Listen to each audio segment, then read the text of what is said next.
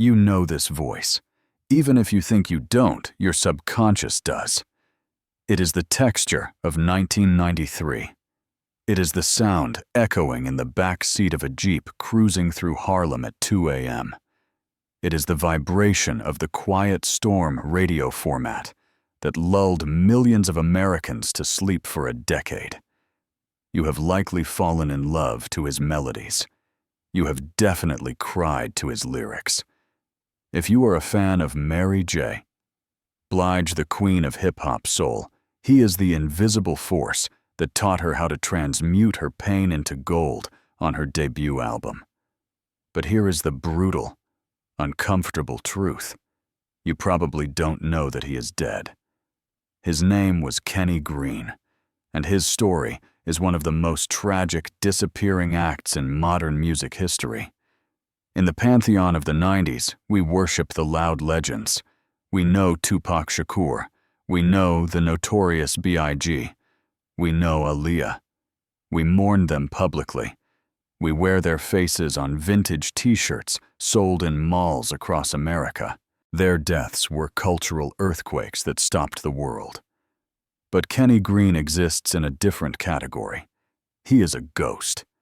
He is a man who built the very foundation of modern R&B, handed the keys to the superstars, and then quietly dissolved into the shadows, erased by a stigma that the world was too cowardly to discuss.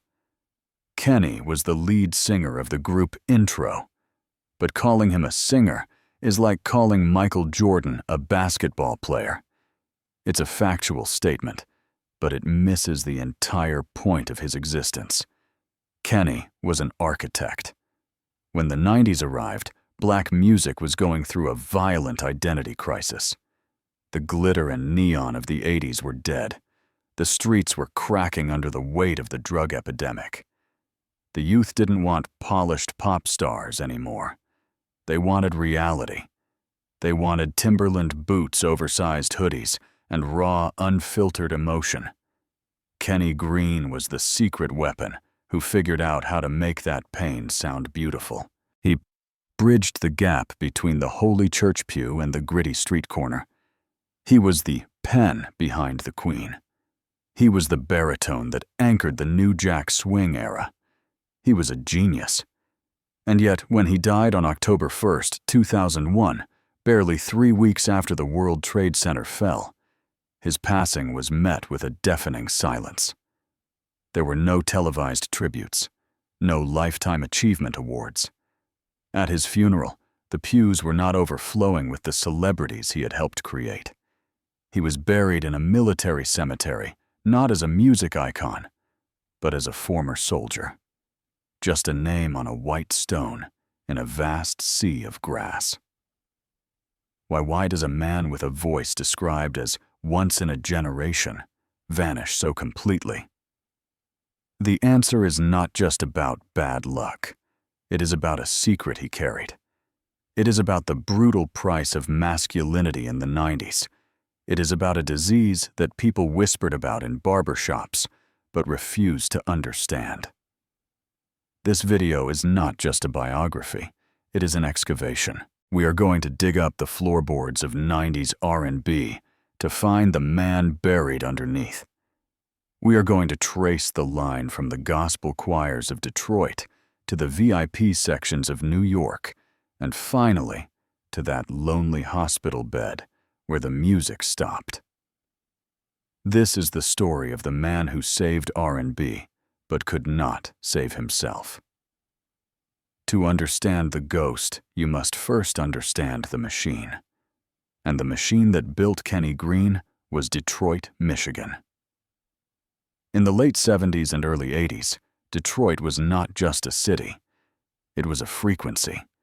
It was a place forged in fire and steel, humming with the rhythmic clanking of automobile factories and the lingering ghostly legacy of Motown Records. But Detroit is also a city of dichotomies. It is where incredible beauty meets crushing industrial decay. It is a place where hope and hardship live on the same block. For the Green family, music wasn't a hobby. It was a language. It lived in the peeling paint of the walls, carried through open windows on humid summer nights, and spilled out of church doors on Sunday mornings. Kenny was born into this rhythm. Witnesses from his childhood recall a boy who was quiet, almost shy, and introvert in a loud city. He wasn't the kid at the center of the playground fights. He was the observer. But that demeanor evaporated the moment he stepped into the sanctuary. The church was his first stage, and the choir was his first family. He spent hours in those wooden pews, absorbing the visceral sound of the gospel. It was here that Kenny learned the most important lesson of his life, a lesson that would later define the intro sound. He learned that a voice is not just about hitting the high notes, it is about the anointing. For those unfamiliar with the Black church tradition, the anointing is the ability to make a listener feel the presence of something greater than themselves. It's not technique, it's transmission. When young Kenny opened his mouth, he didn't sound like a child. He sounded like an old soul carrying a heavy burden. He sang with a texture that suggested he had already lived 1,000 lifetimes of heartbreak. But Detroit could be a hard teacher. By the time Kenny reached 18, the city was struggling. The economy was cracking under the weight of globalization. The streets were becoming unforgiving, offering only two clear paths for young Black men with limited resources: the hustle of the corner or the escape of a ticket out. Kenny chose the ticket. But surprisingly, he didn't run to Hollywood. He didn't run to a record label. He ran to the recruiters. He enlisted in the United States Army. On paper, it seems like a complete paradox. Why would a creative soul bursting with melody and sensitivity submit himself to the rigid, colorless, hyper-masculine world of the military? He did not go there seeking fame. He went there to survive. He went to find discipline. In the context of working-class Black America in the 80s, the Army was often the only viable way to keep your head above water to get 3 meals a day and a sense of direction. Yet you cannot kill a gift like his. Even in uniform, surrounded by rifles, drill sergeants, and the monotony of base life, his voice found a way out. On military bases where days were grueling and nights were incredibly lonely, Kenny became a legend in the barracks. He sang in the showers, utilizing the tile acoustics to amplify his rich tone. He sang in the recreation halls. He sang to keep his spirit alive in a place designed to break the individual down into a unit. And it was there, in this unlikely crucible of discipline and camouflage, that he met a man who would change his life forever. Clinton Buddy White. Buddy was another soldier with music stitched into his bones. They were two Black men far from home, brothers in arms and brothers in song. They sat on their bunks, harmonizing over the sound of rain hitting the tin roofs, dreaming of a world far away from orders and salutes. They made a pact: when the uniforms came off, the music would take over. They didn't want to be soldiers forever. They wanted to be stars. When their service ended, they didn't go back to the safety of home. They followed the magnetic pull of the culture. They went to the center of the universe. They packed their bags and headed for New York City. They linked up with a dancer and singer from Brooklyn named Jeff Sanders. The trio was now complete. They moved into cramped apartments, sleeping on floors, sharing cheap meals from corner bodegas, and rehearsing until their throats were raw. They named themselves Intro, Innovative, New, Talent, Reaching, Out.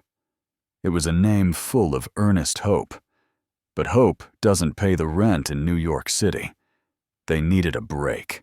And in the early 90s, the music industry wasn't something you emailed or tweeted at. It was a fortress you had to physically break into. One night in a crowded, smoke-filled club, they saw their target. Heavy D. The self-proclaimed overweight lover was rap royalty. He was a tastemaker for Uptown Records, the label run by Andre Harrell and a young Sean Puffy Combs. Uptown was defining the sound of the era, a mix of high-fashion swagger and street-corner reality. Most people would have been too scared to approach Heavy D. He traveled with an entourage. He was surrounded by the deafening noise of celebrity. Most aspiring singers would have tried to hand him a demo tape, a piece of plastic that would inevitably end up in a trash can before the night was over. Intro didn't have a tape. They had their guts. And they had Kenny. They cornered him. Right there, in the middle of the noise and the chaos, they didn't ask for permission. They didn't ask for a meeting. They simply snapped their fingers to set the tempo. And then, they sang. No music. No microphones. No auto-tune. Just three voices blending into a harmony so tight, so technically perfect, that it cut through the noise of the club like a laser beam. Heavy D stopped moving. He looked at these three young men fresh out of the army, hungry, desperate, and talented, beyond measure, and he heard something money couldn't buy. He heard the future. He didn't just say, "Good job." He opened the door. And just like that, the soldier from Detroit stepped out of the barracks and into the boardroom of R&B. But when Intro stepped into the studio with Uptown Records' Kenny Green, was not content to simply stand behind a microphone and sing what he was told. He looked around at the mixing boards, the producers, the chaotic machinery of making hits, and he realized something crucial. In this industry, the voice gets you in the door, but the pen keeps you in the room. Kenny wasn't just a singer, he was a writer. And he arrived at the perfect moment. The early 90s were witnessing a violent shift in sonic tectonic plates. The polished, glossy synthesizer-heavy soul music of the 80s was dying. The streets of New York didn't want glitter anymore. They wanted grit. They wanted beats that knocked like hip-hop heavy with samples and breakbeats, but they still craved vocals that soared like gospel. This was the birth of hip-hop soul, and Kenny Green became its silent architect. He began working closely with Dave "Jam" Hall, a producer who was looking for a new sound. Together, they found the perfect vessel for their work, a young guarded woman from the Schlobohm housing projects of Yonkers named Mary J. Blige. At that time, Mary was unlike anyone the world had seen. She didn't wear evening gowns. She wore combat boots and backward baseball caps. She didn't carry herself like a diva. She carried herself like a rapper. She was raw. She was unpolished. She was real. The label wanted to make her a star, but they had a problem. They needed songs that could translate her hardness into heartbreak. They needed lyrics that felt tough enough for the streets, but vulnerable enough for the bedroom. Kenny Green was the translator. He sat down and wrote, "Reminisce." If you listen to that song today, really pay attention to the arrangement. It isn't complicated. But the genius is in the space Kenny left behind. He understood that for Mary's voice to shine, the song had to breathe. He wrote pockets of silence into the melody, allowing her to moan to ad-lib, to let her natural pain seep into the track. He didn't try to clean her up. He framed her roughness like a diamond. Then he wrote, "Love No Limit." This was a jazz fusion masterpiece. It was sophisticated. It proved that the girl from the projects could be smooth. Kenny's background vocals on that track are like a warm blanket wrapped around Mary's lead. He wasn't just backing her up, he was holding her up. Most young artists in Kenny's position would have been terrified. They would have hoarded these songs. They would have thought, if I give this hit to her, what will be left for me? But Kenny possessed the generosity of a true master. He understood that a song has a destiny. It must find the voice it belongs to. He gave Mary the foundation of her career. He built the throne for the queen of hip-hop soul. When Mary's debut album, What's the 411, dropped in 1992, it changed the course of music history. It bridged the gap between the b-boys and the church girls. And while Mary stood in the spotlight, accepting the roses and the accolades, Kenny Green stood quietly in the liner notes, smiling. His work on that album earned him the ASCAP Songwriter of the Year award. He stood on the podium alongside legends like Jimmy Jam and Terry Lewis. He was in his early 20s, and he was already shaping the sound of America. But Kenny was not destined to stay in the background forever. The songs he wrote for others were just the warm-up. He had saved something for himself. He had saved the harmony. It was time for Intro to step out of the shadows. In 1993, the world finally met Intro. Their debut album was not just a collection of songs. It was a declaration of intent.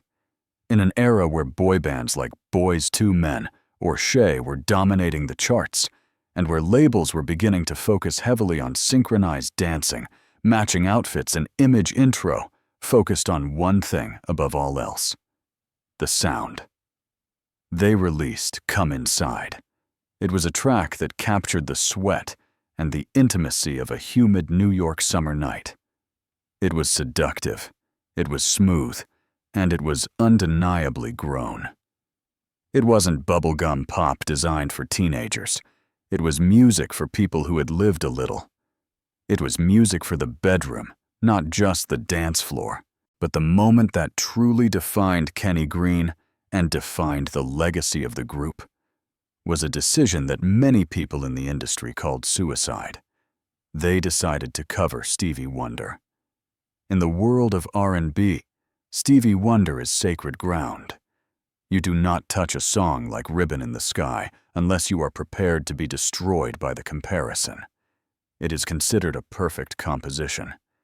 To cover it is usually an act of arrogance, but for Kenny, it was an act of homage. When Intro released their version of Ribbon in the Sky, they didn't try to outsing Stevie. They didn't try to make it pop or add a hip-hop beat to modernize it cheaply. They slowed it down. They stripped it back, and Kenny Green stepped to the front. This is where we must talk about his voice. At that time, R&B was dominated by the high-floating tenor. Think of the soaring notes of Tevin Campbell, the falsetto of El DeBarge, or the legacy of Michael Jackson. High notes were equated with passion. Kenny was different. He was a baritone.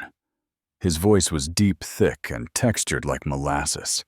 It sat in the lower register, rumbling in your chest rather than piercing your ears. It was a man's voice, grounded, secure, and incredibly vulnerable. It had a gravelly quality to it, a roughness that suggested he had smoke and whiskey in his throat, even though he was a disciplined singer. When he sang the opening notes of that cover, he brought a new weight to the lyrics. He sounded like a man who had actually lived through the storm and was finally seeing the rainbow. He didn't sound like he was performing. He sounded like he was testifying. The cover was a smash hit. It proved that Intro wasn't just a trend. They were musicians. The album went gold. The tours followed. For 2 years, Kenny Green lived the life that every kid in Detroit dreams of.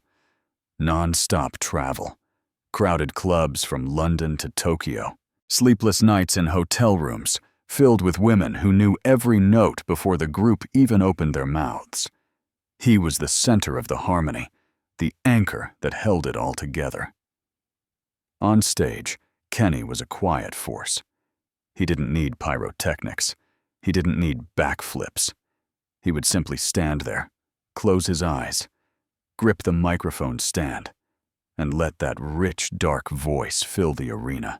You could see the audience physically react to him, heads tilting back, eyes closing, bodies swaying as if caught in a trance. He had the rare ability to make a room full of 2,000 strangers feel like they were the only two people in the world. For a moment, everything they had worked for in those cramped apartments was real. The money was flowing. The acclaim was universal. Kenny Green had proven that a church boy from Detroit could conquer the world without losing his soul. But success in the music industry is a fragile thing. It is built on sand. And just as the sun was shining brightest on Kenny Green, the clouds were beginning to gather on the horizon. The golden era was about to end, and a new, harder, flashier sound was coming to wash everything away. By 1995, the landscape was shifting again. If the early 90s were about grit and Timberland boots, the mid-90s were becoming about gloss. The bad boy era had arrived. Puff Daddy was introducing a sound that was sample-heavy radio-friendly and focused on a lifestyle of extreme excess. The music videos weren't about singing in the rain anymore. They were about yachts, expensive cars, and Hype Williams's fisheye lenses. Intro released a second album, New Life. Musically, it was excellent. It showed growth, but the machinery of the industry had moved on. The audience's attention span was shortening. The sales didn't match the debut. The phone calls from executives started to slow down. The group, feeling the pressure of a changing market and internal creative differences, eventually disbanded. For most artists of Kenny's caliber, this is the moment of the pivot. This is where they reinvent themselves. With his songwriting resume, Kenny could have easily become a super producer. He could have been the next Babyface. He could have stayed behind the boards churning out hits for the next generation of stars, like Usher or Brandy. He certainly had the talent to do it.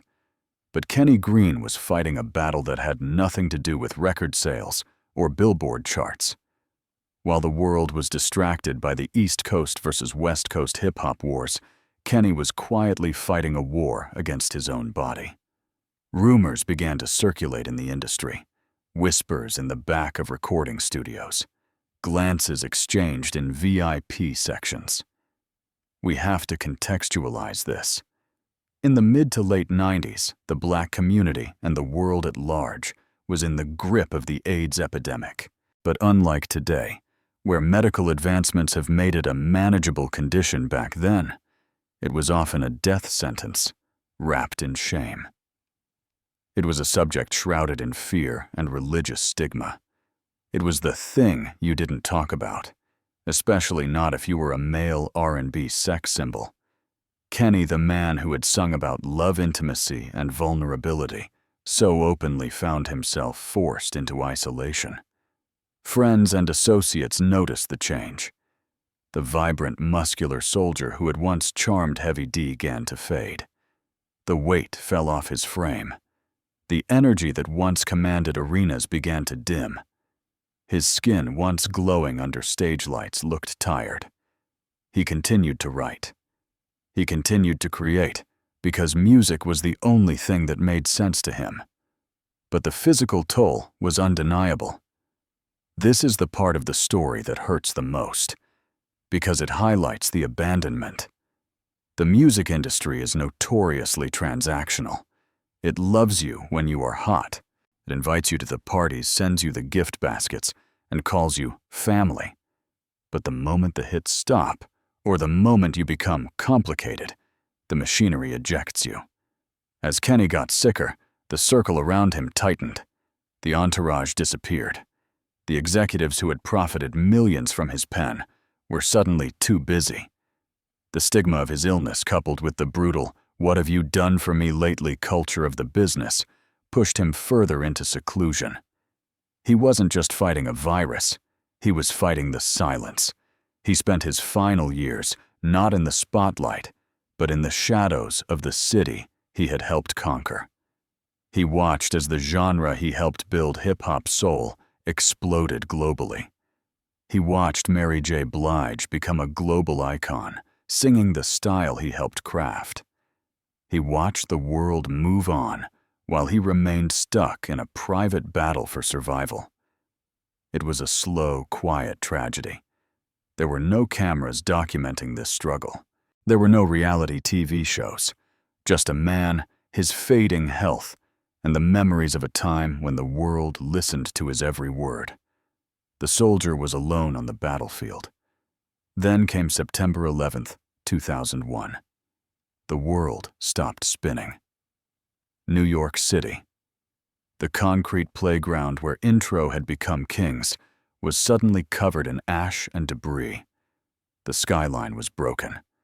The national consciousness was entirely consumed by terrorism war grief and the desperate search for survivors in the rubble. The airwaves were no longer playing R&B. They were filled with 24-hour news cycles, presidential addresses, and images of a nation on its knees. Music felt trivial. Celebrity felt irrelevant. 3 weeks later, October 1st, 2001. While the smoke was still physically rising from ground zero, while the country was still holding its breath, Kenny Green took his last one. He was only 32 years old. The timing was tragically, brutally poetic. The world was so consumed by a massive global tragedy that it completely missed the personal tragedy of losing a musical genius. There was no space in the news cycle for Kenny Green. There was no crawl on the bottom of the CNN screen. Even MTV and BET were focused on the national recovery. Kenny's death didn't just happen. It evaporated. There was no grand funeral procession through the streets of Harlem. There were no weeping fans lining the blocks. There was no star-studded tribute concert at Madison Square Garden. His brother, in a rare and heartbreaking interview years later, revealed the cold reality of that day. He said that at the funeral, he looked around the pews. He was expecting to see the faces of the superstars Kenny had written for. He expected to see the executives who had built their mansions on the foundation of Kenny's publishing royalties. He expected to see the family of the music industry. They weren't there. The church was mostly filled with family old friends from the neighborhood and the people who knew Kenny before he was Kenny from Intro. The industry that had squeezed every drop of talent out of him had moved on before his body was even in the ground. Kenny was buried in Calverton National Cemetery on Long Island. Because he had served in the Army, he was entitled to a military burial. And that is what he got.